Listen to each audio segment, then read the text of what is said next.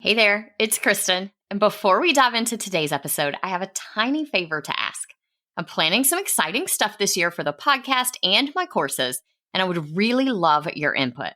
I put together a super quick survey. It's mostly multiple choice and shouldn't take you more than a few minutes. Your feedback will directly shape the content I create this year, so I can make sure it's exactly what you need to thrive in your business without the hustle. Because I know your time is precious, everyone who completes the survey gets entered into a giveaway where 2 lucky winners will get a $50 gift card to Amazon or Target, your choice. It's just a little thank you for helping me make this year on the show the best yet. Head over to kristendoyle.co/survey, or you can find the link in the show notes. The giveaway ends on April 14th, so don't wait too long. Hey y'all, I am so excited about today's special guest episode because it is something that I know I need to do better with personally. If you are anything like me, you have way too many things going on in your Google Drive and your Gmail account. Lucky for all of us, my friend Dara is here today to help us tackle our Google Workspace and Gmail organization. Dara helps small businesses like ours get organized and stay organized. And let's face it, staying organized is probably the hardest part for most of us. Dara is here to help us run our businesses more efficiently using all of those Google tools that we already know, love, and you're probably already paying for. She is that friend that you can call for tech help who is so excited to jump in and show you all of the time-saving tips and tricks and hacks that you wish you had known all along. We are talking all about how to get your Google Drive and your Gmail account organized and help them stay this way. And I cannot wait for you to hear what she has to share. I walked away with so many actionable tips that I could put into practice right away as soon as we hopped off of our recording call. So let's dive straight into the show. Hey TPT sellers, ready to see growth in your business? You're in the right place. Welcome to the Savvy Teacher Seller.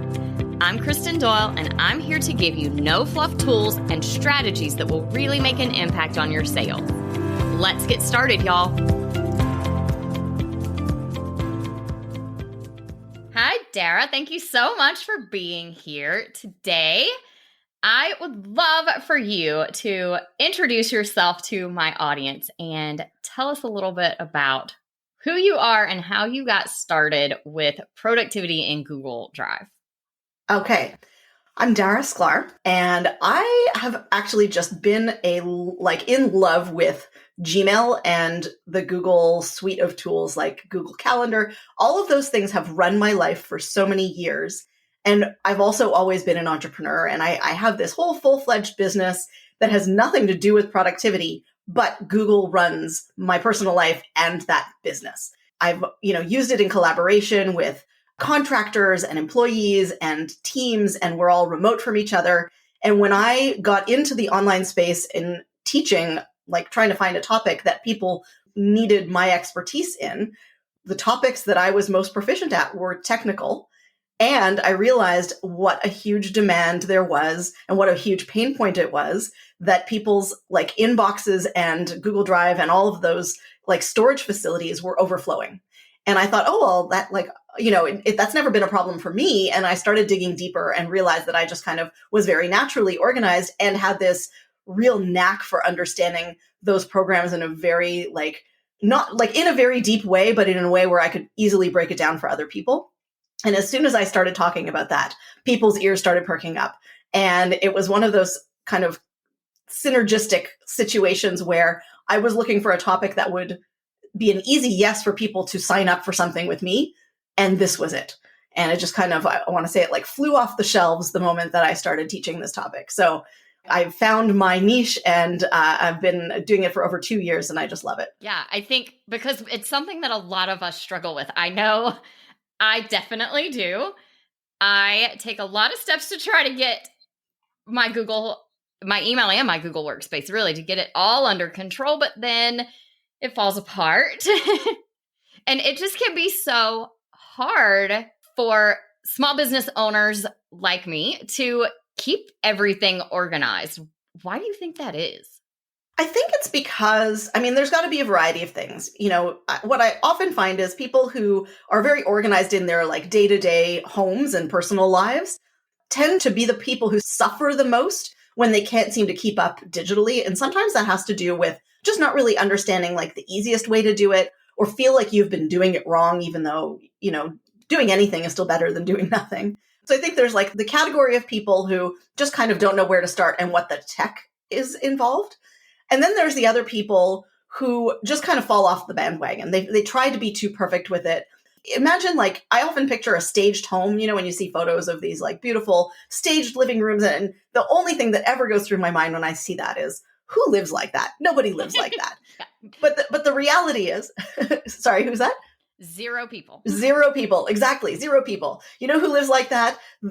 Not even the photographer. My husband's a real estate photographer. We talk about this kind of thing all the time. Nobody ever lives like in a staged home. But there are people out there who feel like if they're not perfect, they're a hot mess. And there is a sweet spot in between. And so I think the second category are people who are trying to make everything perfect. And the moment that they aren't doing exactly what they think they should be doing, they do nothing. And I'm going to talk about this, I'm sure, during this conversation, but like, I'm here to say that there is a middle ground, and the best thing you could possibly do is find something that you're willing to stick with. Yeah, absolutely. I know for me, I'm really good at getting frustrated with what a mess it is, and then getting it all under control. And then a week later, it's a mess again, or I feel like it is. And so being able to find that sweet spot, I think, is something I'm hoping I can do. I can't wait to hear everything you have to say, just for me personally, because I need it all. And I know my audience does too. Awesome. Well, where do you want to start? Let's start. So the two most common things that we as TPT sellers are using are Gmail and Google Drive. So let's start with Gmail. Okay, let's start with Gmail.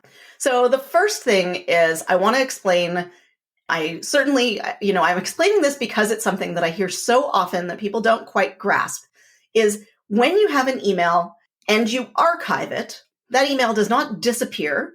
It just doesn't live in your inbox anymore. And what I most often find is that people have like thousands of messages in their inbox when all they should be doing is archiving the email, and then the email lives in the all mail tab. But also there's a search bar. And you know what we use Google for is we use Google for searching. And so exactly the same advice applies for Google Drive and for Gmail, which is learn to use the advanced search, because if you can find an email, then you never have to file it. So if you can use that search bar to find what you're looking for, it doesn't matter where it is. And so what you could start by doing would be to take a look at your inbox. I have a free tutorial on my website. It's like inbox zero in 10 minutes. Now, it doesn't mean that you're going to stay there. So we're going to have a conversation after I explain this little exercise. So the exercise is this. You look at your email and, you probably have like 50 emails per page, and you're going to check off all the ones that still need you to do something. The, upcoming events or something you need to reply to or something you need to take action on. So you're going to go down this list probably for 2, 3, 10 pages of emails, and you're going to, on every single page, anything that still requires action, you're going to label it. And the label that I tell people to use is clean inbox. So you're going to label it clean inbox, and you're going to go to the next screen, find the emails that still require action, and go as far back as you need to. Usually it's a few weeks, maybe, like you go as far back as you want within 10 minutes. It's a quick exercise. Label all of those emails clean inbox, and then go to the very top left, check the box that selects everything on the page. And then there's going to be a little line and it says, do you want to select the other 17,000 emails in your inbox? I feel and like you're going to say my inbox. And you're going to click that line. It's just a hyperlinked line, and it's going to select everything. And then you're going to hit archive. And never fear, the emails are not going away. You're still going to be able to find them. Were you ever even able to find them in the inbox when there are 17,000 of them? Probably not anyway. You're going to archive all of them. And then you're going to go into the label that says clean inbox, and you can just drag them right back into your inbox. There's a little button, I think it's under more, and it says move to inbox. You're going to take those dozen or 2 dozen emails, maybe it's 100, I don't know. You're going to put them back in the inbox, and then that's all that's going to be there is just the emails that require action that you still have to deal with. And instead of being mixed in with 17,000 emails that you don't have to deal with, that you were done with, that the communication was over, you've acknowledged, you've moved on, whatever it is. So that's your first step, is just getting that clean slate, because the nicest thing about a clean space is there's motivation to keep it clean. Next step, after you've got this beautiful clean slate, is to start thinking, what are the emails that are coming in that I can really unsubscribe from, or that I can maybe automate and archive into a folder that I'll look at when I'm ready, as opposed to being constantly pinged whenever something new lands in the inbox. But here's the epiphany that I had. When I was putting things in a to read later folder, I realized that I was never going to that folder and I was never reading it later. My epiphany was I wasn't being honest with myself. And so what I'm going to challenge you and your audience to do is just be brutally honest with yourself. Are you ever going to get to this? And if you're not, that is A-okay. That is better for your sanity. It is better for your bandwidth. It is better for your productivity. And you're just going to acknowledge that, no, even though I may want to stay on this person's newsletter, I'm actually not interested in having it sit in the inbox and nag at me and make me feel like I'm not doing enough. And so you can set up filters. So you can do 3 things. One is you can leave it in the inbox and you can manually archive it. That's the lazy man's way. There's nothing wrong with that. If you use the Gmail app on your phone, you just swipe it and it archives it. So it's a very easy thing to just easily archive emails. But you can also automate it, and you could do one of 2 things. You could unsubscribe. No harm in that if it's not something that you're actually reading or opening or taking action on, and you're not having FOMO by not being on someone's newsletter. You can unsubscribe. The other thing you can do, and I actually really like this tactic, especially because of that whole FOMO. I'm a bit of a data hoarder where I love to be able to search through my emails and find things and read. There's a part of me that even if I never do it, I still want to be able to do it. So what you can do is you open up an email on your desktop application of Gmail, and in the upper right, there's 3 little dots, and you click 3 dots, and it says filter messages like this. And you click on filter messages like this, and the search bar, the advanced search box, will pop up, and you're going to click on create filter. And on the second screen, you're going to check the top box, and it says skip the inbox. And you can do a secondary thing, which is to add a label to it. So if there was a grouping of newsletters, or, you could categorize them in some way that's lower bandwidth, or stay focused, or more productive, or whatever, name it something funny. And you can shove them all into that label, but it skips your inbox. And the nice thing about taking that step, and of course, it's just over time, as emails come in, you're going to just keep doing that, and you're just going to keep chipping away. You can still go looking for them. They're just not landing in your inbox. Because for me, I believe the inbox is something that should be for action. It shouldn't be for dread. The inbox isn't supposed to be just a dumping ground. It's actually supposed to be things that you need to do.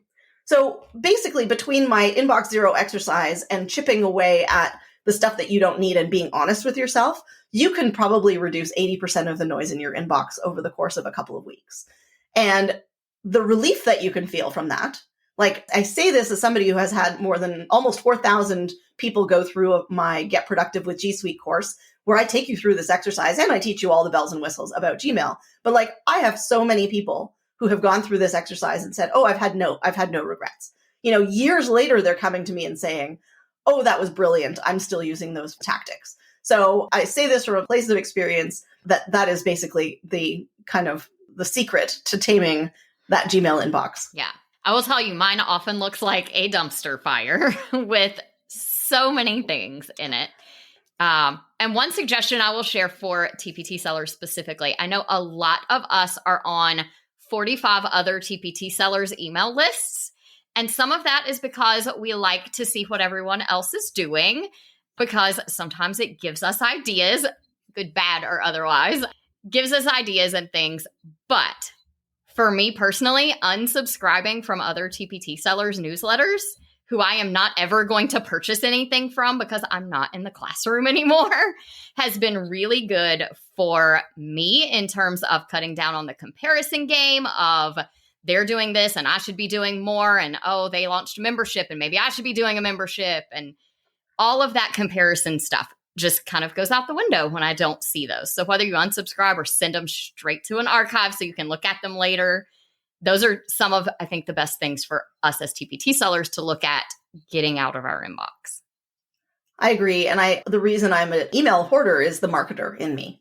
I love to watch how other people do things. I want to be able to go back and read through someone's launch emails. I mean, at least I say that to myself in the moment, but do I ever actually do it?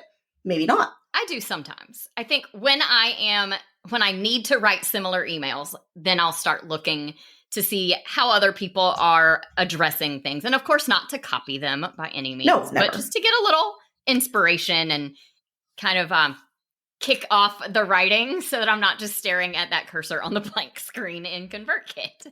Yeah. Well, and I think, just on the topic of marketing and the topic of inspiration, what I also like is I like to do what appeals to me. Mm-hmm. So if something appeals to me, that means like I want to appeal to others who appeal to me. Like I want there's that reciprocity, if you're yourself, then you attract other people who are like you.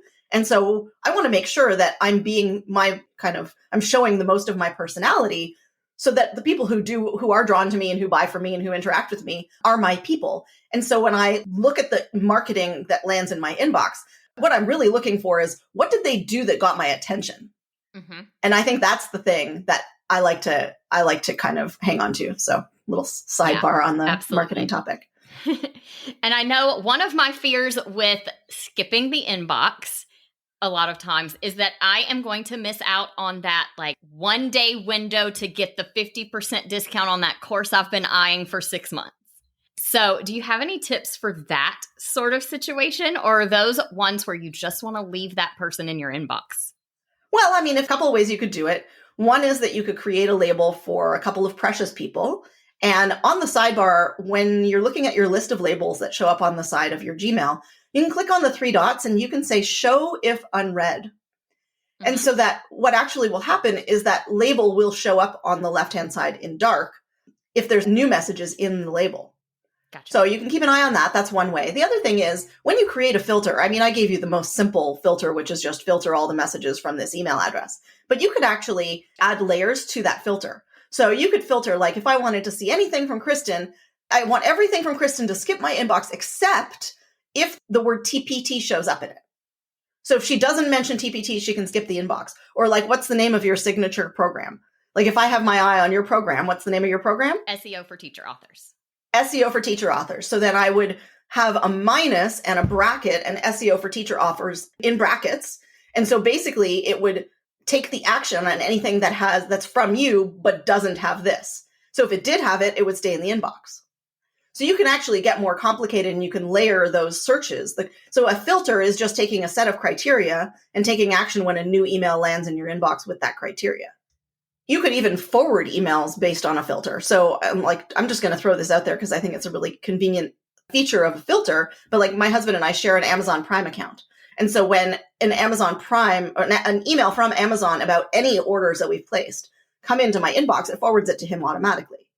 So we both get a copy of it as opposed to like him having to wait for me to get the email and forward it to him. So it's just like there's a convenience factor when you're automating those sorts of things. But anyways, your filter can be all kinds of complicated if you want it to be. And so if there's something specific that you're looking for, I mean, you could have it like, dance and jiggle in front of you if you know. You could label it like, here's the thing you've been waiting for and turn that label red. And yeah, so there's like definitely ways around the skipping of the inbox because it doesn't have to be 100% of the emails. So you could even create extra layers in your label for things like if you want to see emails when someone is opening up registration for programs, but you don't know the name of the program, or you want to know when they have a new program, you could always add a label for words like register or sign up or join, those kinds of words that we always use when those new things are out. Yeah, I mean, I think you kind of have to weigh the benefits of the automation and like what you may or may not find. So if it's important, if you're waiting for something, then let it come to your inbox. You can, as I said, you can just toss it, you can archive it really easily. And if the automation, the layering of the search comes into the filter, because a filter is basically a search plus an action. So you're going to change the filter, which is that search criteria. So if you wanted to exclude, you don't want to be guessing. So I think that the example of a program you've been waiting for is the perfect one because you know the name of the program. But if it's like you don't know what's coming, there's that FOMO that you definitely maybe don't want to, maybe that's the person whose stuff you want to leave in the inbox. But it's such a personal choice. Like every every Gmail account out there is a snowflake. There are no two that are alike. So they are all very different. One piece of advice I've heard that I find myself thinking it's great advice and not being able to follow is to only touch your emails once. So when you open it, deal with it and move on instead of leaving it in your inbox. I like that concept, but again, as long as it doesn't make you feel like a failure if you're not doing it, So I think it's a great concept, especially if you're not a very like decisive person. If you tend to waffle and agonize, then that might be the right thing to work towards. But I don't know, like there's a time and a place. Sometimes I like to see that there's an email and come back to it later. Like I think touch twice is probably a little bit more realistic for most of us. Yeah, I think so too. I feel like if I only touch it twice, I'm doing pretty good. I am trying very hard to get in the habit of hitting archive and not just skimming through an email and then leaving it in my inbox, because that's what I had been doing. And that's how I end up with 7,000 emails in my inbox. And I feel overwhelmed. Well, and you just be brutally honest with yourself. Am I going to look at this again later? And if you're not, then you just deal with it. You just archive it. You just, don't lie to yourself about your future, about what's really going to happen in the future, because the reality is, and this is why somebody's got 17,000 emails and they're only really going to look at the last few weeks of emails. There's a concept called the broken window theory. I can't remember like how to describe why it's a theory, but basically it's like if you have a building in a derelict building in a crappy neighborhood and the building has broken windows, what's one more broken window? Right. So like once the building already looks like crap and the neighborhood's already crap, what's one more broken window in this derelict building? And so the idea is if you have a mess, what's one more email? What's one more thing on the pile? That applies to all of the concepts around organization. So the idea is with my inbox zero exercise is now you have something that's like, you can see you can see the end of the tunnel, the light at the end of the tunnel. And so the motivation to keep it that way exists. And that's when the motivation is high to be more honest with yourself, archive more aggressively, set up those filters. Yeah. We will definitely link to that page on your site in the show notes so everybody can head over and get that and go through that process, because I think we probably all need it, even though my inbox was down to about 20 last week and it is not there anymore. Well, it was Black Friday, so you're forgiven. Ooh, it was, yes. Lots of emails. And I think what I'm going to do as soon as we hop off this call is change my delete button on my app on my phone to the archive button, because we do have a choice whether the default button is delete or archive. I think I'm going to make it archive so that it's easier for me to just archive and move on. There is also something that you can change in the settings. So if you go to the gear and you click see all settings and you on the general tab, you scroll down a little ways, you can actually activate a send and archive button. So when you reply to an email and you click send, instead of having to click send and then archive, there's a button that does send and archive all at once. So that can also help. That. Oh, I will be doing that when we get off this call too. Love it. Well, let's talk a little bit about Google Drive. So many of us as TPT sellers, we are keeping tons of files in Google Drive because it's such a good way to share important files and resources with VAs that we might be working with, for us to access them in multiple places. And a lot of us are actually even selling Google Slides or Google Forms activities that teachers use in their classrooms too. So what tips can you give us to keep that organized? There's so many things to say. One thing that jumped to mind that I want to make sure that everybody knows, because you said the word VA, is that even if you create a folder inside of your Google Drive, if someone else contributes to it, so if someone creates a file and puts that file into your folder, even if you are the folder owner, you do not own that file. So I just want to be really careful here, because I have definitely seen situations where people have had a VA who disappeared or who deleted their Google account or something, usually not malicious, just oblivious. And years go by and suddenly you realize that, oh, there are files in here that I need that I don't own. And if they disappeared, I'd be in trouble. And so I just want to caution everyone. And it actually ties into the biggest topic that will lead us to better organization in Google Drive, which is the advanced search. So at the very top of your Google Drive, you have a search bar, and on the right-hand side of it, it looks like a little tuner, and you hit that little tuner, and a drop-down comes, and then you get all kinds of options. So glad you brought this up, because I actually had a very similar situation where Years ago, I was letting people create things and just put them into a shared folder. And then I had to let a VA go. And it was not a malicious situation, but we had some issues and I had to let this VA go. And all of a sudden I realized I just essentially fired someone and now she owns all of these files. Yeah. So definitely want to help other people avoid that situation. Yeah. So there's a couple of things that you're going to do.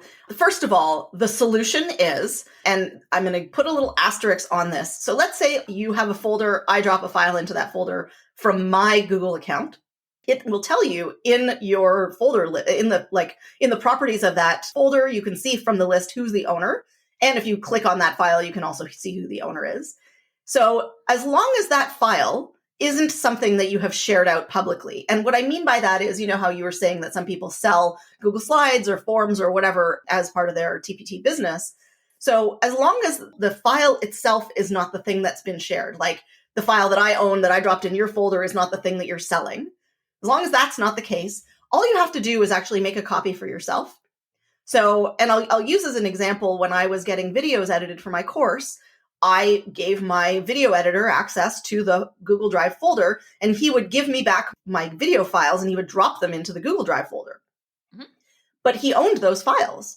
And when I realized that, all I had to do was, right click, make a copy, and then I could just toss his because I have a copy and that copy belongs to me. The simple answer is every one of those files that belongs to someone else that is something you don't want to ever chance losing access to, you're going to make a copy of. Now, how are you going to find them? You're going to find them by going into the Google Drive Advanced Search. So you're going to click on that little filter in the address bar. And in there, you can choose, I think it's like the second line, and it says like owned by, or the owner is, and you could say not me. Or as you had in your case where you fired a specific VA, you could go and see files owned by, and you can search for that person's email address. So I would do both things. And I would basically take some time to audit what files exist in your Google Drive that don't belong to you. And I'm not talking about things that were shared.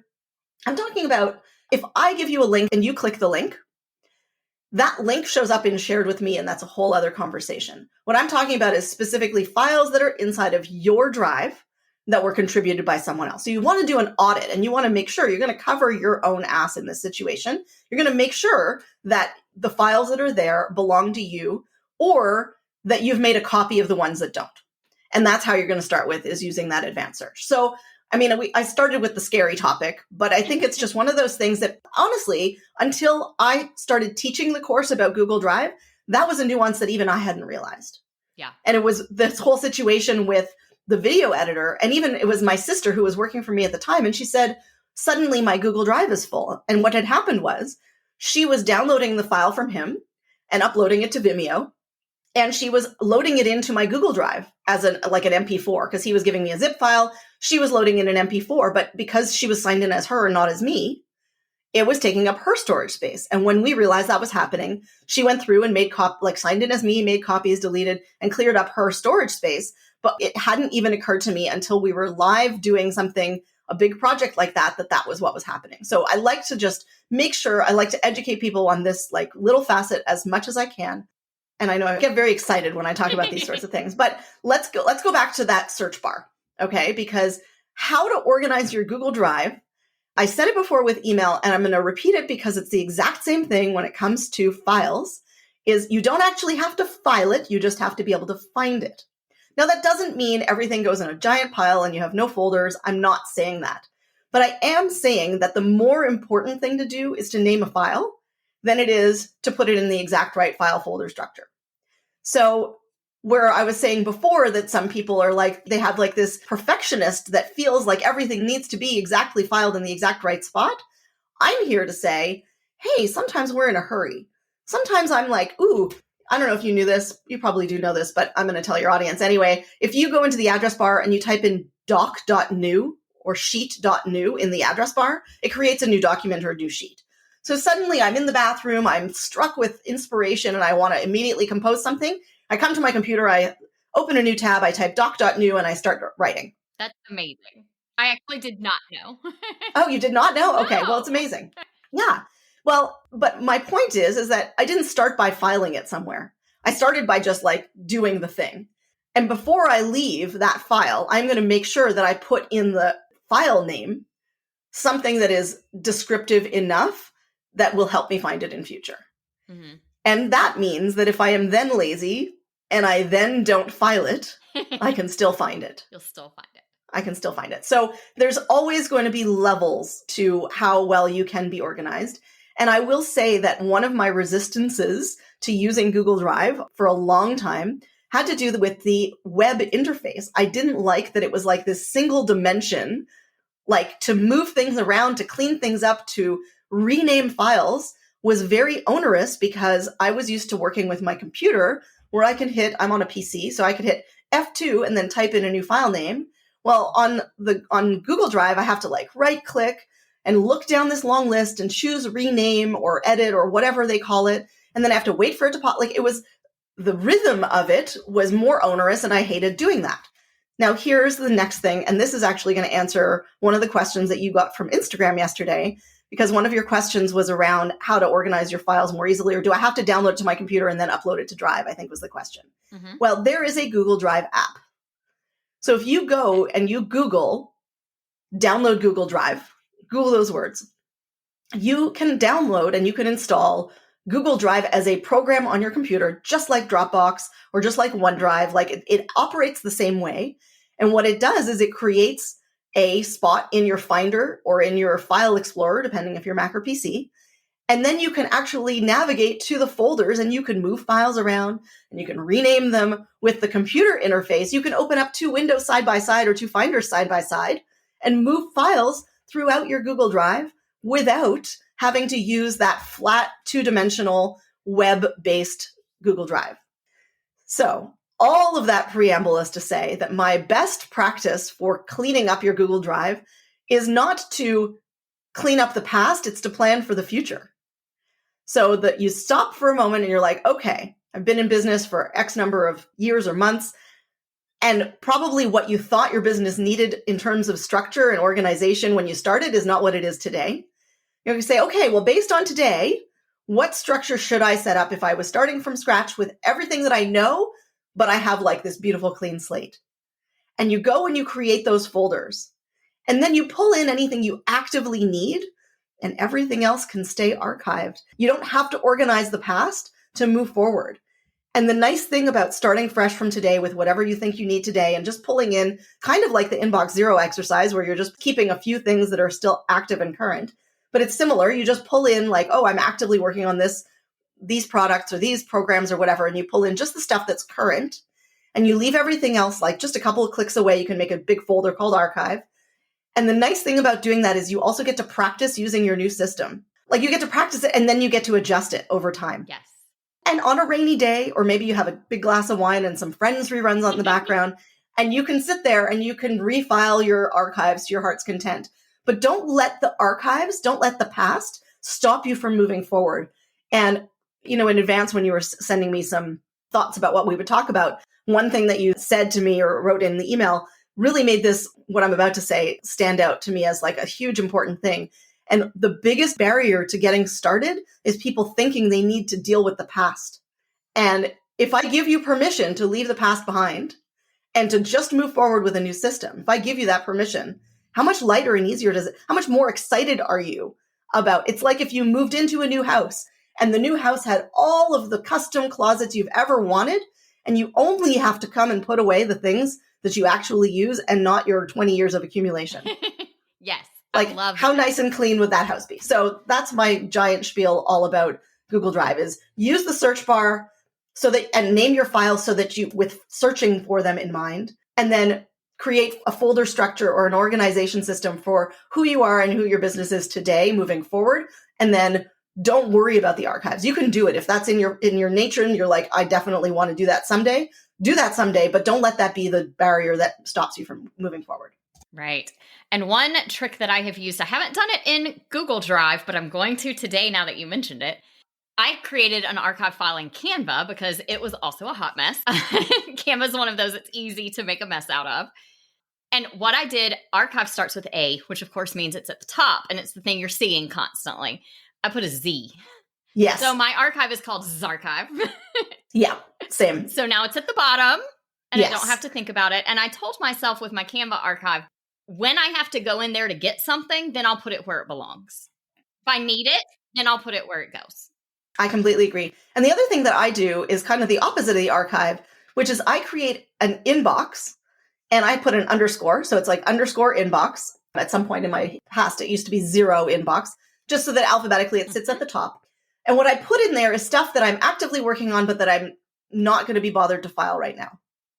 And sometimes that inbox folder has other folders in it. So it'd be like, oh, let's say I bought your course and I'm going to create a folder for your course. And I'm not going to like store it away with all of the hundreds of courses I've already got in my courses folder, but because I'm actively working on it. So I'm going to create the folder for your course and I'm going to put it in inbox. And then I'm going to put stuff in there that relates to me taking your course. So it's like an active projects or an active, you could even call it like Q4, like you can name it whatever you want. But the reason the reason I thought of it was because of you and the Z archive. Yeah. Canadian, I know it's a Z, but the underscore inbox, and that sits at the top. And I have that everywhere. I have that in my email, I have it in my OneDrive, and I have it in Google Drive. And it's just like things that are important that I will file, but I'm not filing right now. But they're going to be like kind of easy to find.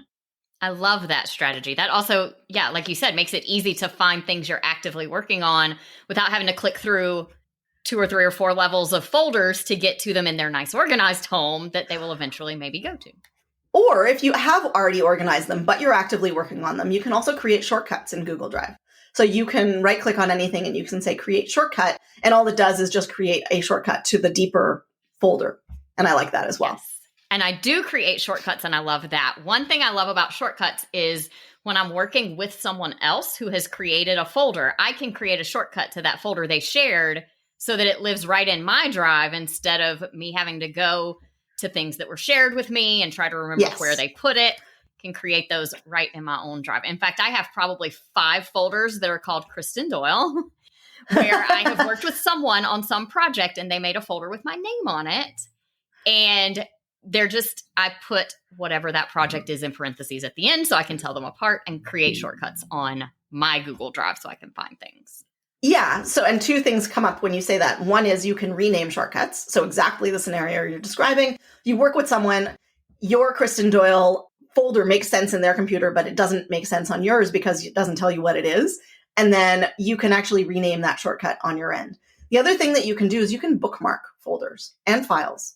So you can, in your bookmarks bar inside of Google Chrome, I do this all the time. I will start a bookmarks folder for courses that I'm taking because there's often links. And I mean, there's a link to the Facebook group, a link to the community, a link to the course material, a link to the resources that are provided. I would also include a link to the Google Drive folder. I use that bookmarks bar also. I actually probably bookmark more Google Drive folders and files than I ever go to directly to Google Drive and use the search bar.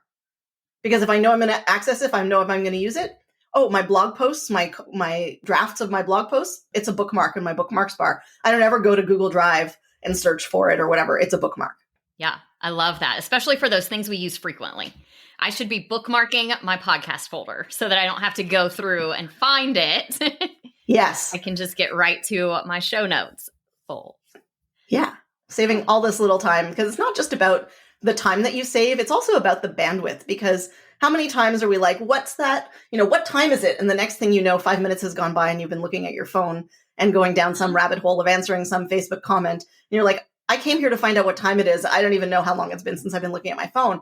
I find that the same thing happens when I open up my email to find something specific and then I get distracted by new messages, or I open up Google Drive and like the faster you can get to the thing, when you think of it, if you can make it only 1 or 2 clicks away, it just means that you stay on task. So it's not always about saving the 60 seconds of search time. It's really the bandwidth that I believe is the more important time saver, is like not getting distracted by other things and staying on the path towards whatever you were working on. Yeah, absolutely. And I love that you are thinking about this from a mental load standpoint too, not just keeping our inboxes clean and keeping our Google Drive organized, but what that does for us just from that mental workload. The human perspective. Yeah, Yes. totally. Absolutely. This has been so good. I've learned a lot, and I'm super excited to put some things into practice right after we get off this call. How would you suggest that we prioritize where to start and what to focus on? I would say try not to do everything all at once. So pick one thing. What's the one thing that's irritating you now? And what can you do little bit by little bit that makes tomorrow easier? That makes the tomorrow version of you appreciative of yesterday you. So inside of my course, I actually have a bit from Jerry Seinfeld where he talks about morning guy and night guy. And he's like, morning guy hates night guy. Night guy forgets to shave and he doesn't iron his tie or like whatever it is that night guy does because he's lazy and he stays up till 3 a.m. and morning guy wakes up and he's cursing night guy. And there's just constantly these little things that we can do in our everyday lives, whether it's like business related, whether it's your email or your Google Drive or like filling up your car with gas on the way home so you don't have to do it in the morning when you're running out the door. What are the things? And just start thinking about this. So you said, where can you start? Start thinking about what can I do that will make tomorrow me appreciate yesterday me?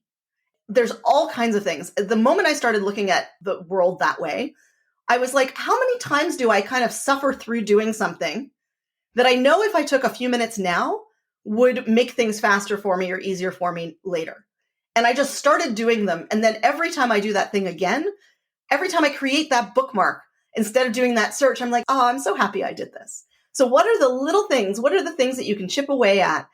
Because I think the other problem that we encounter or the resistance that we encounter is like making sweeping changes is scary and time consuming.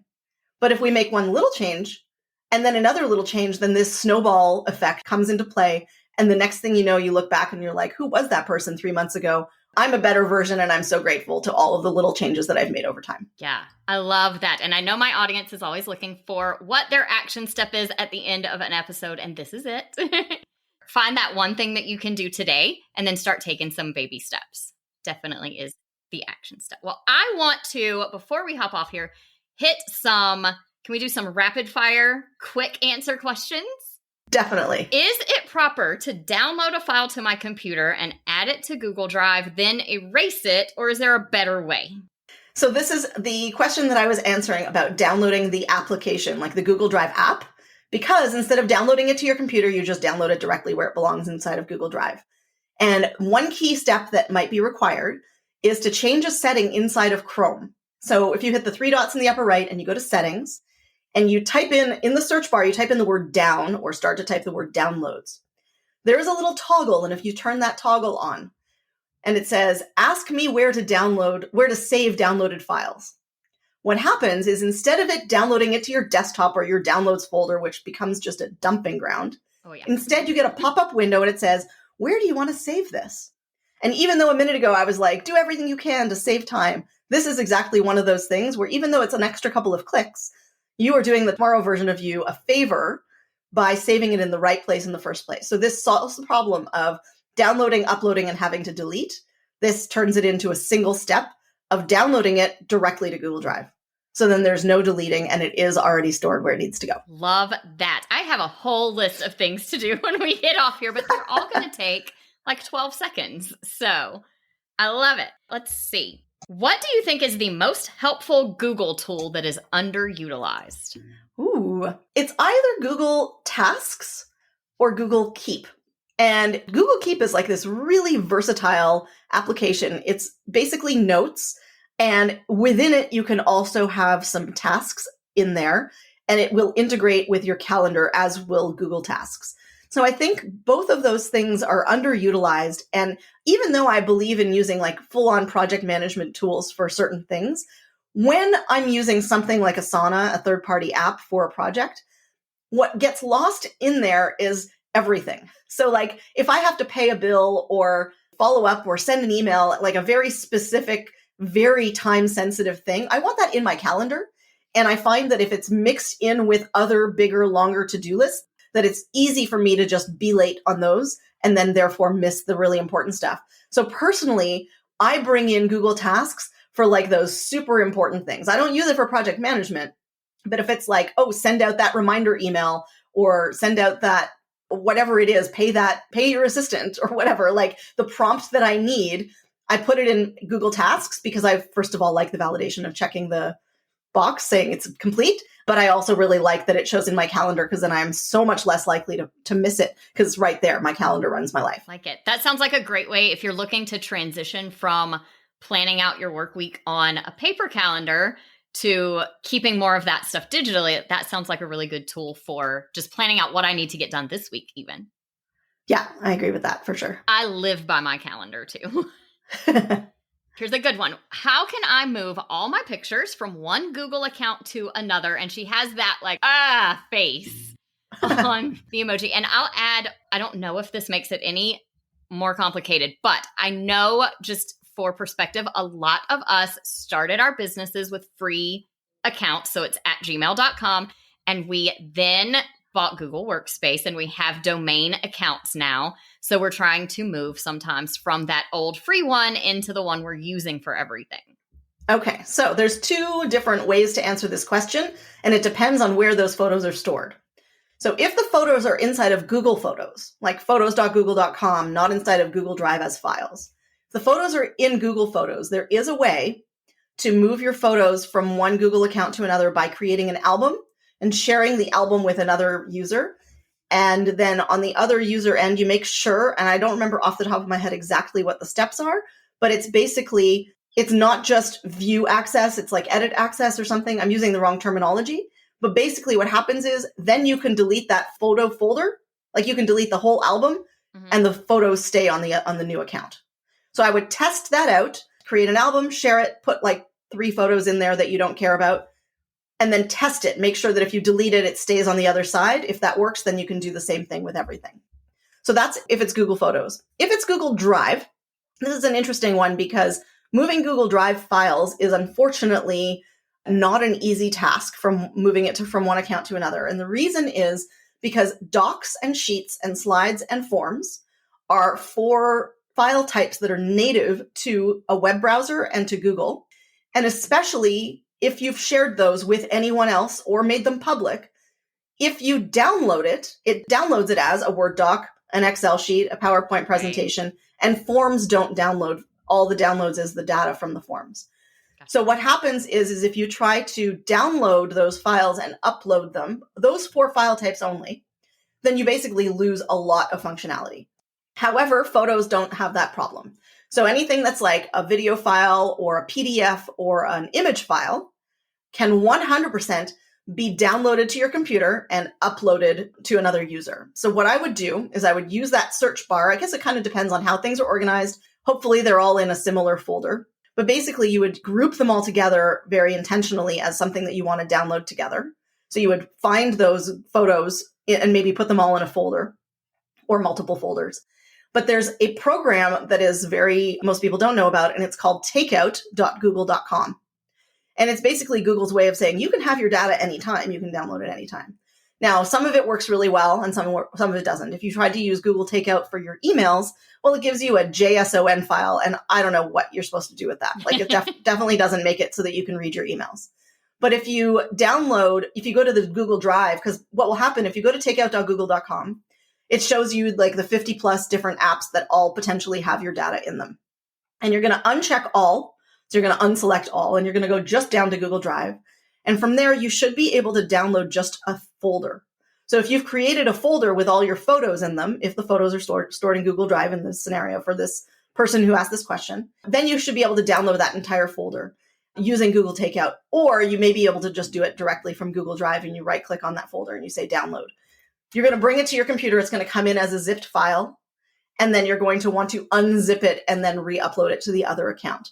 I definitely recommend using the Google application to do this. And I'll tell you why. Let's say you have 1,000 photo files. Well, dragging and dropping onto the 2-dimensional web version, it takes up a lot of time. And you have to do it in chunks because if you tried to do 1,000 at once and something stopped or hiccuped in the middle of it, you wouldn't know what hadn't been done. So you really want to take it like 100 files at a time or something like that.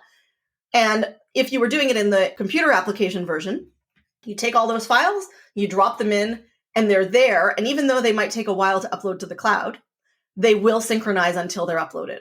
Whereas if you drag and drop onto the web version of Google Drive, you never know what didn't upload.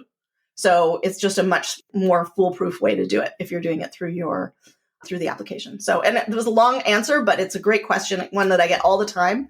And I think it's important to understand the distinction between the file types with Google Drive if you're moving files. And then, of course, Google Photos is its own thing. Awesome. Thank you so much for being here and giving us all these tips to help get ourselves organized on Google and stay that way. You have a ton of things available as far as courses and resources to help us get organized. Tell us just a little bit about a couple of those maybe and where my listeners can find you. For sure. So the best thing to do would be to start with my very highly reviewed freebie, which is called the Top 40 Time-Saving Google Hacks You'll Wish You'd Been Using All Along. And it's a 40-page PDF that basically takes you through a bunch of different applications. So it's not just about Gmail or Drive. It actually touches on all the different apps, calendar and docs and all of this. And it just gives you a bunch of little bite-sized hacks basically that you can use. And that's a freebie. And if you go to withdara.com/top40, you'll find it. And Kristen will probably link to that in the show notes. And the other thing that I have is a course that at the time of this recording is only $37, but it is actually really comprehensive. There's a module on each of the major Google products: Gmail, Google Drive, Google Calendar, Keep, Contacts, and Chrome. Those are the primary ones. And then there's a bunch of other bonuses. It's quite a comprehensive course, but it's highly, highly reviewed. I have almost 4,000 students in there at this stage. And that is definitely, if you are a user of Google products and you want to just kind of level up your productivity within those products, definitely that's exactly why I built the course. So, and that one is, well, I'll let you link to that in the show notes because you've probably got an affiliate link that will make sure people are using to make that purchase. Yes, absolutely. And I will say I have that freebie and I probably need to go revisit it because I've had it for, I don't know, a while now, maybe as long as I've known you. So I should probably go back and revisit that freebie. But I remember flipping through it the first time and thinking, what? I had no idea. I've been using Google for, I don't know, 15, 20 years now, probably. How old is Google? Yeah, it's at least 15 years old. And the interesting thing about that PDF was I think it's just about a year since I released it. And it took me months to put it together. I wasn't obviously working on it full time, but I conceived of the title in July, and I think I released it in December or something. It was kind of crazy how long it took me to put it together. But I looked the other day, I've had 1,200 people download it. I was totally floored. And I get people constantly showing up on my email list from this freebie. And I couldn't be happier just because I know it's so value packed. And each one of the pages links to, so it's a little recipe card that's do this, this, this, this. And then it actually has a little link in the lower left. Every single one of those 40 tips links to a blog post that gives you more wordy explanation of how things work. So yeah, very value packed. Awesome. And we will link to that as well as your social in the show notes so that people can find you and get connected and learn all the Google things, because I know we all desperately need it. So thank you so much for being here today. And thanks for inviting me. This is awesome. I think this is such a topical topic for new year, new fresh starts, and everybody's in that mood. So excited to have your gang of listeners getting more productive. Absolutely. And with it being the new year, I love that you talked about just starting fresh and letting the old stuff just be archived. And we'll deal with it later or not. And just starting fresh where we are. Yeah. I heard a statistic and it was you don't touch 80% of the files that are on your computer ever again. Oh, that's a great reason not to have to worry about it. Awesome. Well, thank you. Thank you so much for listening to this episode. If you enjoyed it and you got a lot out of what you heard, make sure that you go and follow Dara on Instagram and download her freebie that we just talked about. There are so many things I learned from that freebie when I downloaded it, and just amazing things I never knew I could do with Google. So go grab that freebie for sure and follow her on Instagram. You'll find all of her information for the freebies that she talked about, as well as her social media links and the link to her course in this show notes for this episode will be at kristendoyle.co/episode 27. Talk to you soon. I hope you enjoyed today's episode.